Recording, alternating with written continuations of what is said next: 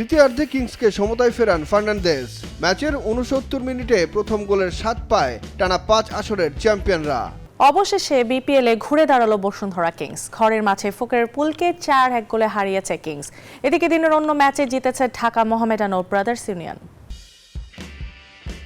প্রতিপক্ষকে গুড়িয়ে দেয় কিংসের মাঠের লড়াই। কিংস অ্যারেনায় সেই কাজটা খুব ভালোভাবেই করেছে তপু মোরসালিনদের বসুন্ধরা কিংস। বিপিএলে ফকিরাপুলকে বিধ্বস্ত করে পুরো পয়েন্ট নিয়েই মাঠ ছাড়ে কিংস।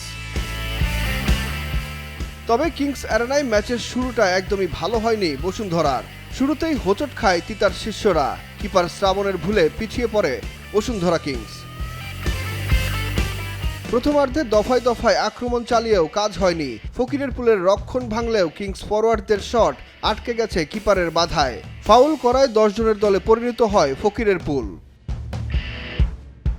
দ্বিতীয়ার্ধে কিংসকে সমতায় ফেরান ফার্নান্দেজ। ম্যাচের ৬৯ মিনিটে প্রথম গোলের স্বাদ পায় টানা ৫ আসরের চ্যাম্পিয়নরা। ৭২ মিনিটে ফাহিমের আঘাতে লন্ডভন্ড হয়ে যায় ফকিরের পুলের রক্ষণ। ৩ মিনিট পরেই রফিকুল ইসলামের গোলে ৩-১ ব্যবধানে এগিয়ে যায় বসুন্ধরা কিংস।